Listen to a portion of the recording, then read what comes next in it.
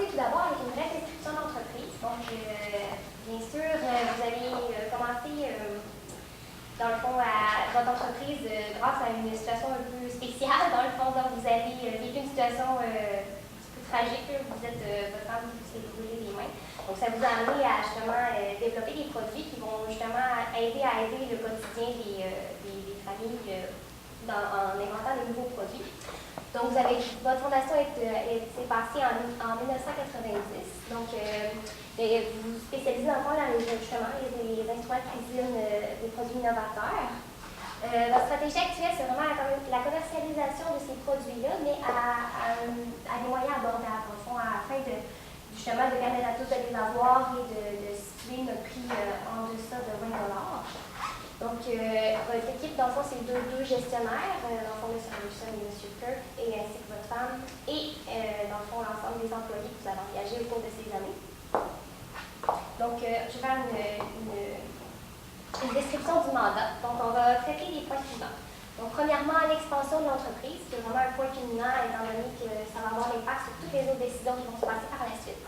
Le plan de retraite, dont vous vouliez peut-être instaurer pour vos employés, tout ça, regardez la possibilité de peut-être, c'est ça, regarder quelle sorte de plan de retraite c'est le plus avantageux pour vous. Ensuite, les projets d'investissement.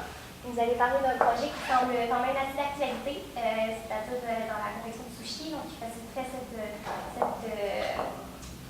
la confection de sushi. Donc, ça serait bien de regarder l'investissement. Donc, on va faire une vanne à ce niveau-là pour voir les avantages. Ensuite, on va traiter du financement parce que, bien entendu, pour investir, il faut également se financer. Donc, on va regarder les trois sortes d'investissement, de financement que vous pouvez utiliser. Ensuite, l'implantation d'un nouveau système de gestion qui était quasi inexistant à l'heure actuelle, mais que nous pensons que ce serait bon de l'instaurer. Et ensuite, nous allons traiter de la provision pour garantie qui est un petit peu floue là, dans les documents que vous avez. Donc, pour l'expansion de l'entreprise, on vous suggère fortement d'y aller de l'avant avec ce projet-là. Les avantages qu'on a pu déceler sont que, dans le fond, d'avoir une possibilité d'avoir plus d'inventions qui cadrent exactement avec la stratégie de votre entreprise, puisque c'est comme ça que vous réussissez à développer vos marchés, puis à développer vos produits et à avoir plus de ventes. Ensuite, vous vendez vos produits à des compagnies qui sont déjà très bien implantées au Canada et aux États-Unis, exactement les marchés que vous voulez aller de l'avant. Donc, par exemple, il y a Walmart et Zellers qui sont bien implantés dans ces marchés-là. Et ça pourrait entraîner une stabilité de la demande de vos produits. Vous nous aviez parlé d'un problème d'entreposage. Donc, ce qu'on a pensé, c'est que probablement que les produits qui ont un cycle descendant dans un marché pourraient avoir un cycle qui va en croissance dans un autre marché. Donc, ça pourrait régler une partie de vos frais d'entreposage qui sont élevés. Donc, ensuite de ça, il va y avoir par contre, pour procéder à l'expansion de l'entreprise, il va y avoir quand même beaucoup de travail au départ et beaucoup d'informations à aller chercher. Donc, les points à surveiller qu'on a décelés sont d'obtenir en premier lieu une étude sur l'environnement externe, sur les marchés sur lesquels vous voulez aller. Cette étude-là va comprendre notamment une analyse de la concurrence, l'environnement externe, donc la politique, les droits de douane. Vous allez être un peu plus aussi vulnérable au taux de change américain pour les transactions que vous allez faire aux États-Unis. Ensuite, il va falloir que vous vous informiez des nouveaux brevets, les brevets dans le fond que vous allez acheter. Ils ont peut-être des lois qui sont différentes aux États-Unis par rapport au Canada. Donc, ça va être aussi un élément à prendre en considération dans la décision finale.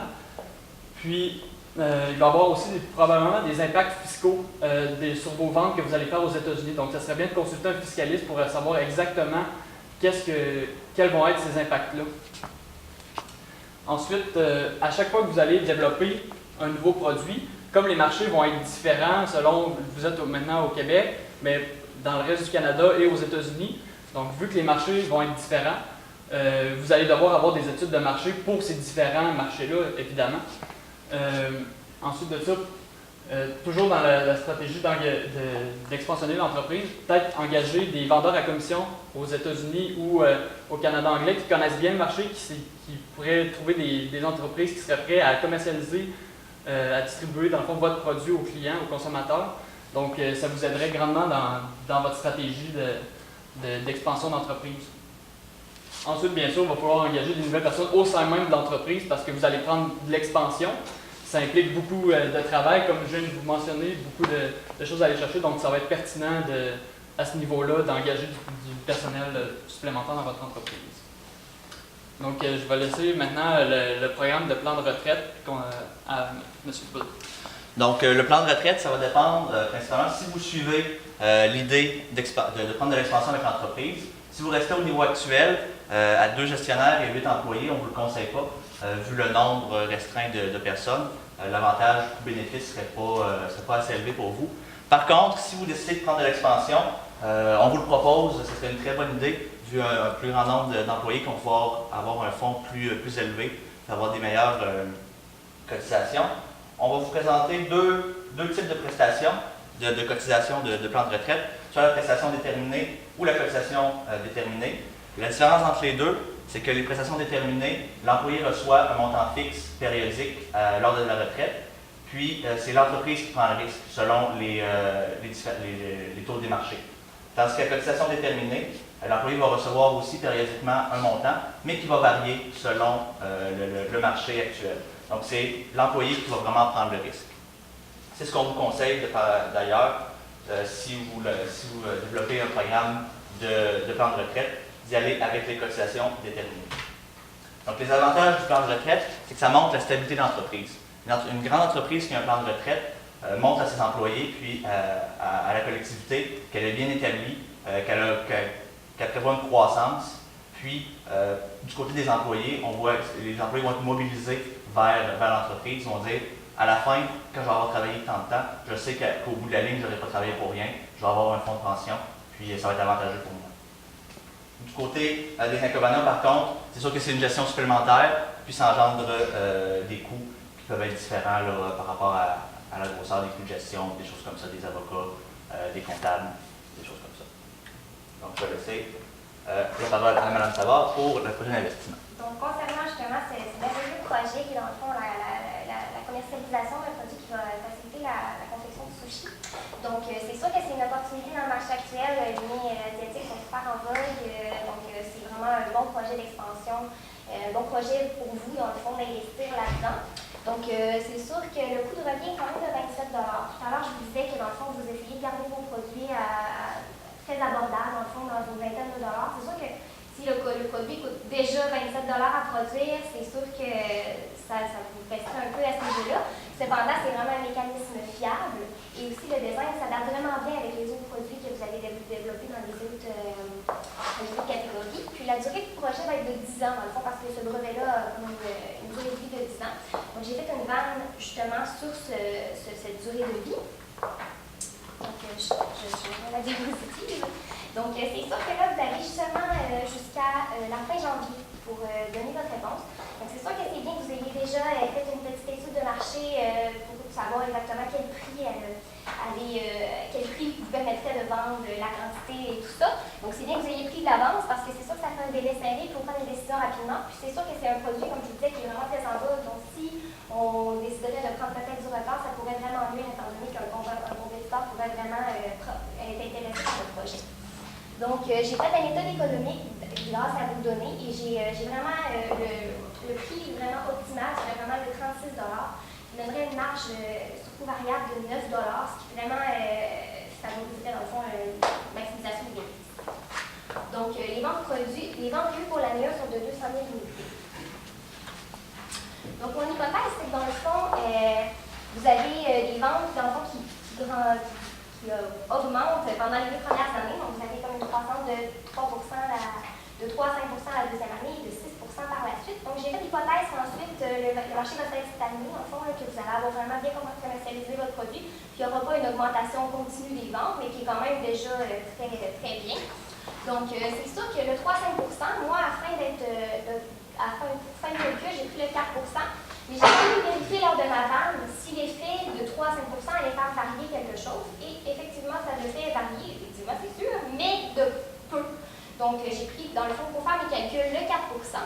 Et j'ai fait un coût de la dette de 6,9 qui a été comme. Dans le fond, j'ai pris le 10 et j'ai le coût de la dette de 10 de la nouvelle dette là,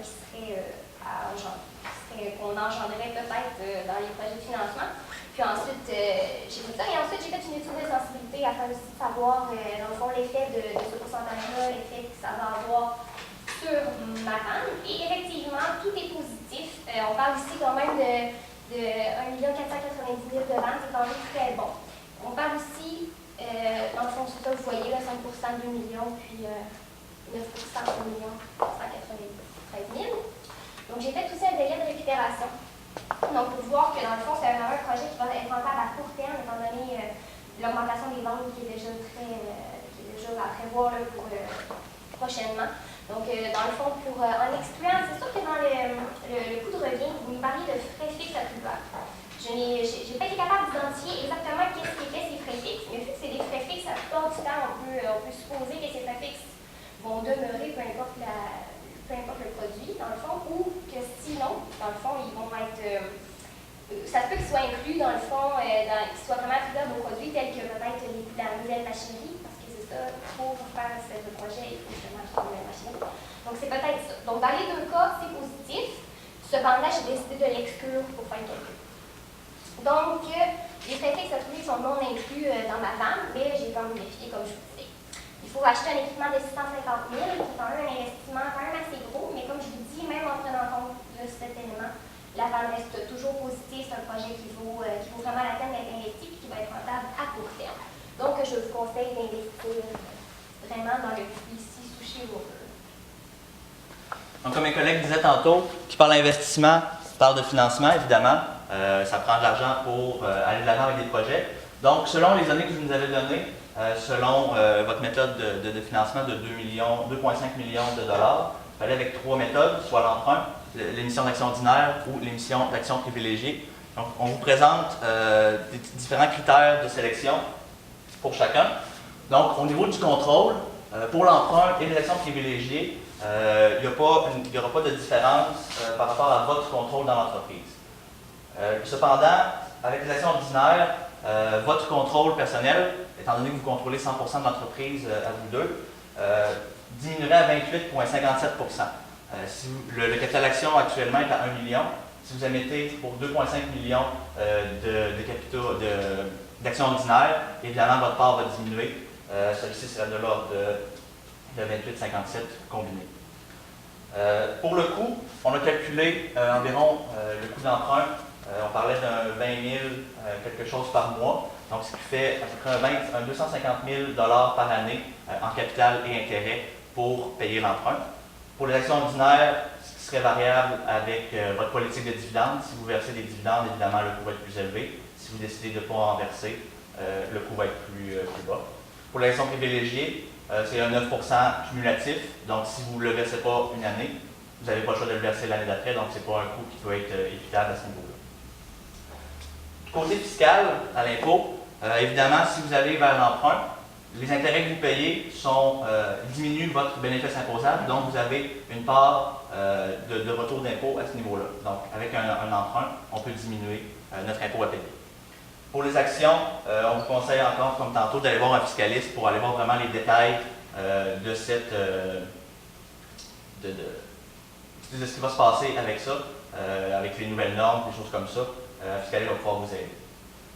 Côté du risque, évidemment, les actions ordinaires et privilégiées ont un faible risque pour l'entreprise, pour vous.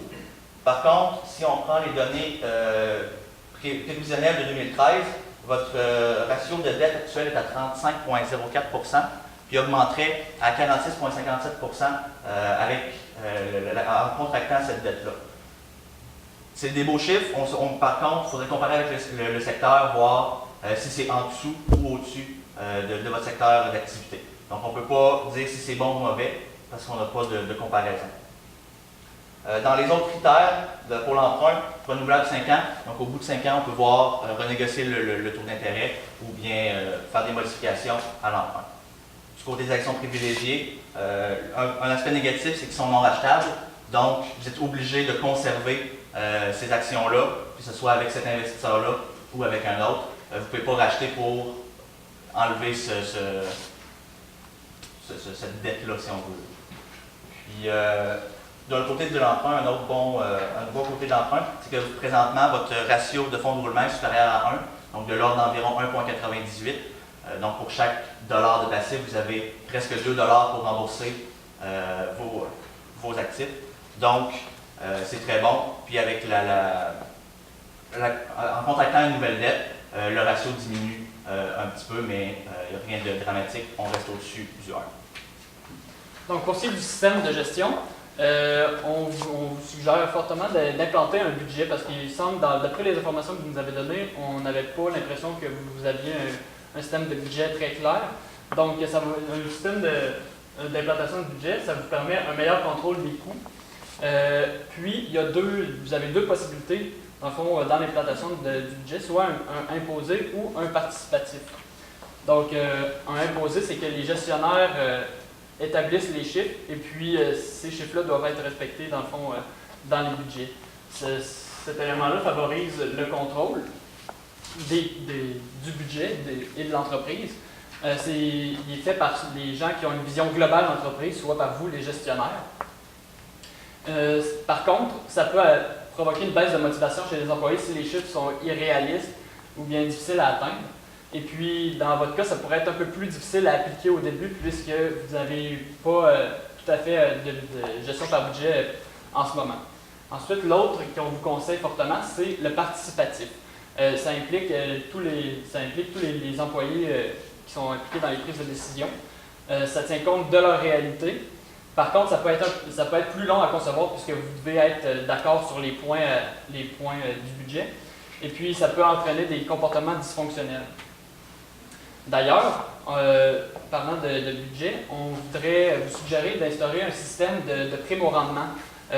Ces primes-là, dans le fond, seraient basées sur des objectifs réalisables et clairs pour les employés. Et puis, voilà, ça permettrait une plus grande mobilisation des employés pour réaliser le budget et rentrer dans les chiffres. Ensuite, vous aviez aussi un problème avec les frais d'entreposage. Donc, on vous suggère de vérifier la variation de la demande puisque vous nous parliez d'un produit pour les citrouilles, puis vous disiez qu'il était trop cyclique pour rentrer dans vos produits. Donc, ça serait bien d'évaluer la fréquence de vos produits. Donc, ensuite, le budget, ça permettrait justement d'améliorer la gestion des stocks et puis donc de diminuer vos frais d'entreposage. Ensuite, pour ce qui est de la recherche et développement, vous avez des employés en développement, mais pas en recherche.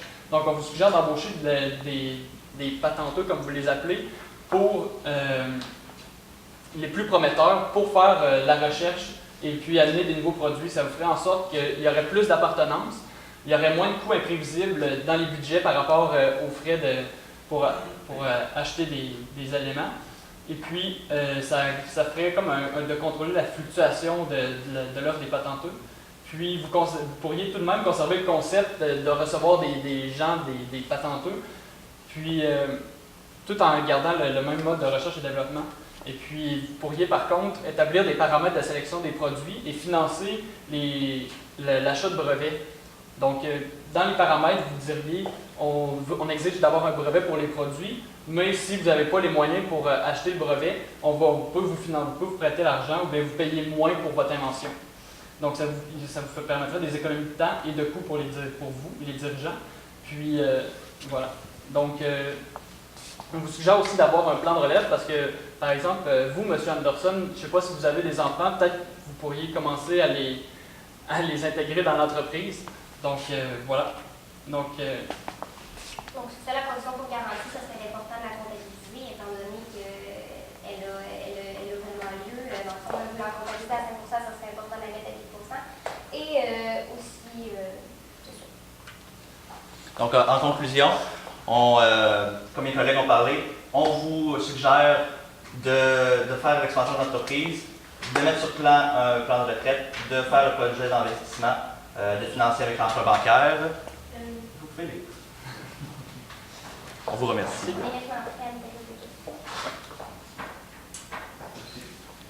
Je vais juste m'assurer qu'il y a des choses. Quand vous avez fait le calcul de la rentabilité pour le Fleecy Sushi Roller, est-ce que l'acquisition du brevet de 1 million a été pris en considération? Oui, mais dans le fond, je vais vous dire ce qui n'a pas été pris parce que je l'ai trouvé moi-même durant la présentation. Donc, c'est en fait tous les coûts de financement qui sont quand même assez importants à prendre en considération. Le million a été pris, bien entendu, mais pas aucun des coûts de financement par rapport à tout ça. OK. Puis, je ne suis pas un spécialiste, là. Je vois qu'il est marqué que le projet a une vanne positive. Vous pouvez un peu m'expliquer qu'est-ce que c'est une vanne positive? Dans le fond, c'est l'actualisation dans le fond, c'est ramener l'argent que vous allez faire au cours des 10 prochaines années à son temps zéro, afin de savoir si les investissements vont rapporter plus de sous dans le futur qui vont justement avoir à débourser au début, dans le fond. Moi, juste une petite question rapide. Je ne connais pas ça même non plus, mais les dividendes sur les actions privilégiées cumulées, vous disiez qu'on va être obligé de les verser, dans le fond, c'est comme un intérêt.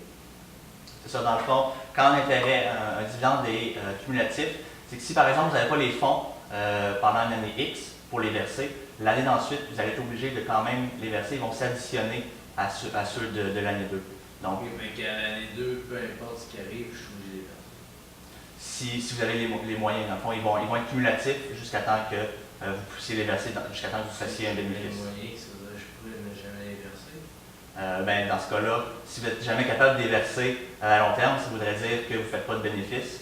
Puis à ce moment-là, les actionnaires auraient quand même des recours là, pour aller rechercher ce montant-là. Ils rappelleraient leur investissement parce qu'ils verraient que l'entreprise n'est pas capable de générer assez de bénéfices pour avoir un rendement sur son investissement. J'avais aussi quelques questions. Vous m'aviez soumis une question. Est-ce que les frais de financement, est-ce qu'ils doivent vraiment être inclus dans le calcul de la banque? Oui, vraiment beaucoup. Parce que dans le fond, c'est ça qui représente une vraie grosse partie, dans le fond, des frais qui vont avoir à être engagés au cours des années. Dans le fond, oui, il y a les frais d'investissement, mais il faut aussi payer l'intérêt sur ce financement-là. Donc, c'est vraiment un frais qui va être annuel et qui devra clairement être inclus lors de l'actualisation des flux. Là. Je suis vraiment désolée. Merci. Quand vous avez calculé votre délai de récupération, donc vous avez 1 point quelques années, est-ce que vous avez parlé du 650 000 de la machine, mais est-ce que vous avez considéré le brevet aussi pour ce calcul-là? Oui. Oui, dans le fond, oui. Bon. Mais on n'a quand même pas pris en considération les coûts de financement. Donc ça augmenterait définitivement le délai de récupération. Parfait. Puis une dernière question. Quand vous êtes dans votre tableau sur le coût des actions privilégiées, vous mentionnez un montant de 125 000 $. C'est dans le fond, c'est le dividende de 9 %. On a pris la prévision de 2013, votre bénéfice, 9 % qui revient à l'actionnaire. Donc, vous calculez 9 % du bénéfice. Oui. Merci. Merci. C'est tout. Bon, ben, Bénéfice net après impôt.